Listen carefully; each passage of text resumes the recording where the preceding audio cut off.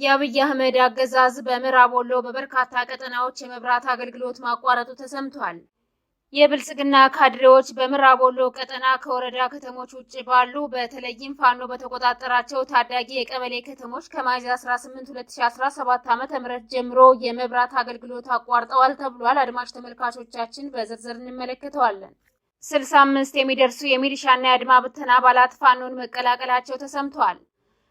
በብር ሸለቆ ወታደራዊ ካምፕ አካባቢ በሚገኙ ገጠራማ አካባቢዎች ከፍተኛ የከባድ መሳሪያ ድብደባ እየተፈጸመ እንደሚገኝ ተገልጿል። በዛሬው ዕለት ምዕራብ ጎጃም ከብር ሸለቆ ወታደራዊ ካምፕ ዙሪያ በተለይም ወይንማ፣ ክሊኒክ፣ ወርቅማና ፍራት ተራራ እየተባሉ በሚጠሩ አካባቢዎች በብልጽግና ወታደሮች የከባድ መሳሪያ ድብደባ እየተፈጸመ እንደሚገኝ የመረጃ ምንጮቻችን ተናግረዋል። አድማጭ ተመልካቾቻችን እነዚህንና ሌሎች ተጨማሪ መረጃዎችን ይዘናል።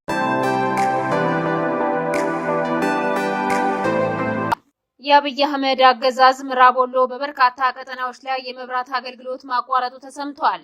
የብልጽግና ካድሬዎች በምዕራብ ወሎ ቀጠና ከወረዳ ከተሞች ውጭ ባሉ በተለይም ፋኖ በተቆጣጠራቸው ታዳጊ የቀበሌ ከተሞች ከሚያዝያ 18 2017 ዓ.ም ጀምረው የመብራት አገልግሎት አቋርጠዋል ተብሏል።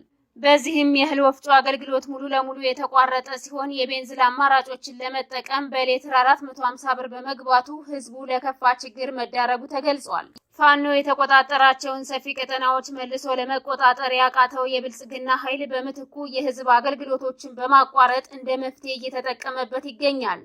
የአማራ ህዝብ መድኃኒትና የህክምና ቁሳቁስ ማዳበሪያና ሌሎች ግብዓቶች እንዳይደርሱት በማድረግ በተለይም በህክምና ጦት በህዝብ ላይ ሌላ ጦርነት ከፍቶ የሚገኝ ሲሆን አሁንም የመብራት አገልግሎት በማቋረጥ ጸረ አማራነት ተግባሩን አጠናክሮ ቀጥሎበታል። በሌላ በኩል ወሎ በወልዲያ ከተማ ካለፉት 2 ቀናት ጀምሮ ለግዳጅ ወታደራዊ ስልጠና በሚል በቁጥር ከ50 በላይ የሚሆኑ ወጣቶች መታፈሳቸው ታውቋል። ከታፈሱት መካከል እድሜያቸው ከ13 ዓመት በታች የሆኑ ታዳጊዎች እንደሚገኙበትም ተጠቁሟል። ወጣቶቹ አፈና የተፈጸመባቸው በስራ ቦታቸው፣ በትምህርት ቤትና እንዲሁም በመኖሪያ ቤታቸው ስለመሆኑ ተመላክቷል። በአማራ ክልል እየተካሄደ በሚገኘው ጦርነት በመቶ ሺዎች የሚቆጠሩ ወታደሮች የተደመሰሱበትና ሌሎች በመቶ ሺዎች የሚቆጠሩ ወታደሮች ደግሞ ቁስለኛ የሆኑበት እንዲሁም ከነሙሉ ትጥቃቸው የጠፉበት ገዢው የብልጽግና ቡድን ያጋጠመውን የወታደር እጦት ለመቅረፍ በማሰብ በአማራ ክልል የተጠናከረ የግዳጅ አፈና እያካሄደ ይገኛል። አገዛዙ በአራቱም ማዕዘናት የሀገሪቱን ዳር ድንበር ሲጠብቁ የነበሩ ወታደሮችን ሰብስቦ ከአማራ ሕዝብ ጋር እያደረገው ባለው ጦርነት እያሳተፈ የሚገኝ ቢሆንም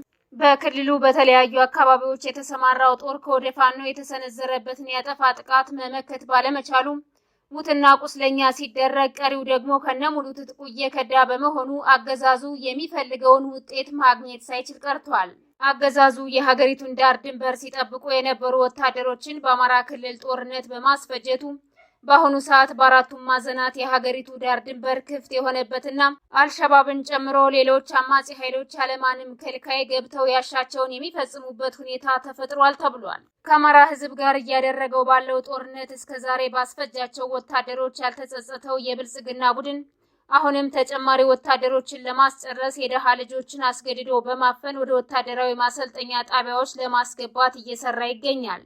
ለዚህም በየአካባቢው የሚገኙ የሚሊሻና የአድማ ብተና ኃይሎች እንዲሁም የቀበሌና የወረዳ ካድሬዎች ያገኙትን ወጣት እያፈኑ ለመከላከያ ሰራዊት እንዲያስረክቡ የታዘዙ ሲሆን ለዚህ ተግባራቸውም ከደሞዛቸው በተጨማሪ ጠቀም ያለ ጉርሻ እንደሚከፈላቸው ተገልጿል። በመሆኑም ያለፉት 2 ቀናት ብቻ በወልዲያ ከተማ ከ50 በላይ ወጣቶች የታፈኑ ሲሆን በላሊበላ፣ በመቄት፣ በመርሳ፣ በሐይቅ፣ በቆቦ፣ ባላማጣ፣ በደሴና በኮምቦልቻ እንዲሁም በመካነ ሰላምና በሌሎች የምዕራብ ወሎ ቀጠናዎች በርካታ ታዳጊዎች ወጣቶች ታፍነው በግዳጅ ወደ ወታደራዊ ማሰልጠኛ ጣቢያዎች እየተወሰዱ እንደሚገኙ ተነግሯል። ከወሎ በተጨማሪ አገዛዙ በሚንቀሳቀስባቸው ጎንደር፣ ጎጃም እና የሸዋ አካባቢዎች የተጠናከረ አፈና እየተፈጸመ እንደሚገኝም ተጠቁሟል።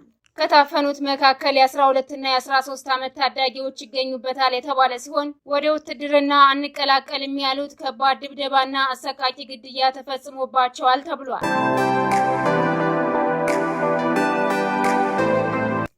ስልሳ አምስት የሚሊሻና የአድማ ብተና ኃይሎች ፋኖን መቀላቀላቸው ተሰምቷል።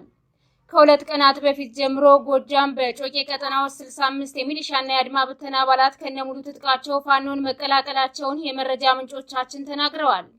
በቁጥር 65 የሚደርሱ የሚሊሻና የአድማ ብተና አባላቱ ከዚህ ቀደም ካገዛዙ ጋር በመወገን ሲፈጽሙት በነበረው ጸረ አማራነት ድርጊታቸው ተጸጽተው ከነሙሉ ትጥቃቸው እንዲሁም ሌሎች ወታደራዊ ቁሳቁሶችን በመያዝ ፋኖን በይፋ ተቀላቅለዋል ተብሏል። የሚሊሻና የአድማ ብተና አባላቱ የዚህን የጸረ አማራ አገዛዝ ስርዓት እድሜ ለማሳጠርና በህዝብ ላይ እያደረሰ ያለውን የመከራ ናዳ ለማስቆም ሁሉም አማራ አንድ ሆኖ ሊቆም ይገባል ብለዋል። በብር ሸለቆ ወታደራዊ ካምፕ አካባቢ በሚገኙ ገጠራማ አካባቢዎች ከፍተኛ የከባድ መሳሪያ ድብደባ እየተፈጸመ እንደሚገኝ ተገለጸ። በዛሬው ዕለት ምዕራብ ጎጃም ከብር ሸለቆ ወታደራዊ ካምፕ ዙሪያ በተለይም ወይንማ፣ ክሊኒክ፣ ወርቅማና ፍራት ተራራ እየተባሉ በሚጠሩ አካባቢዎች በብልጽግና ወታደሮች የከባድ መሳሪያ ድብደባ እየተፈጸመ እንደሚገኝ የመረጃ ምንጮቻችን ተናግረዋል። ይህ የከባድ መሳሪያ ድብደባ በፋኖ በኩል ምንም አይነት መልስ እንዳልተሰጠው የገለጹት የመረጃ ምንጮቻችን በአካባቢው የፋኖ ኃይል አለመኖሩንም ተናግረዋል። በተጨማሪም የአብይ አህመድ ወራሪ ሰራዊት በክሊኒክ አነስተኛ ከተማ በንጹሃን ላይ ከፍተኛ ድብደባ ፈጽሟል። እንዲሁም በከተማዋ የተለያዩ አካባቢዎች የገባው ሰራዊቱ ሱቆችን ጨምሮ በርካታ የግለሰብ ንብረቶችን ዘርፏል፣ እንዲሁም አውድሟል ነው የተባለው።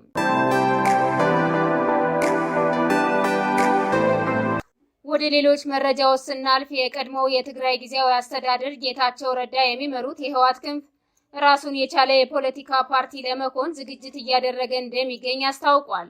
ቡድኑ ወደ አንድ ፓርቲነት ለመቀየር የወሰነው ለትግራይ የወደፊት ሰላምና ዲሞክራሲያዊ እጣ ፈንታ ለመታገል እንደሆነም ገልጸዋል። ቡድኑ ደብረ ጽዮን የሚመሩት የህወሓት ክንፍ በጊዜያዊ አስተዳደር እገዛ የማዕድን ዘረፋና የትግራይ ልማት ማህበርን ጨምሮ የትግራይ ቁልፍ ተቋማትን በብቸኝነት በመቆጣጠር ላይ ይገኛል ብሏል።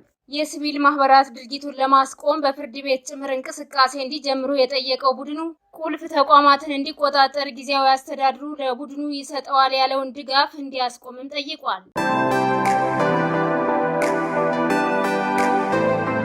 አሜሪካ በየመን አፍሪካውያን ፍልሰተኞች ማዕከል ላይ በፈጸመችው የአየር ጥቃት በትንሹ 68 ሰዎች መገደላቸውን ዓለም አቀፍ የዜና ምንጮች ዘግበዋል። በጥቃቱ ሌሎች 47 ሰዎች መቁሰላቸውን የጠቀሱት ዘገባዎቹ በጥቃቱ ኢትዮጵያውያን እንደሚገኙበትም ተመላክተዋል። በየመን ጊዜያዊ የፍልሰተኞች ማቆያ ማዕከል ወደ ሳውዲ አረቢያ መሻገር የሚፈልጉ በመቶዎች የሚቆጠሩ ኢትዮጵያውያንና ኤርትራውያን ፍልሰተኞች ይገኙበታልም ተብሏል። የተወደዳችሁና የተከበራችሁ አድማጭ ተመልካቾቻችን ለዛሬ ያዝንላችሁ መረጃዎች እነዚህን ይመስሉ ነበር። የዩቲዩብ ቻናላችንን ላይክ፣ ሼር፣ ሰብስክራይብ እንድታደርጉ በአክብሮት እንጠይቃለን።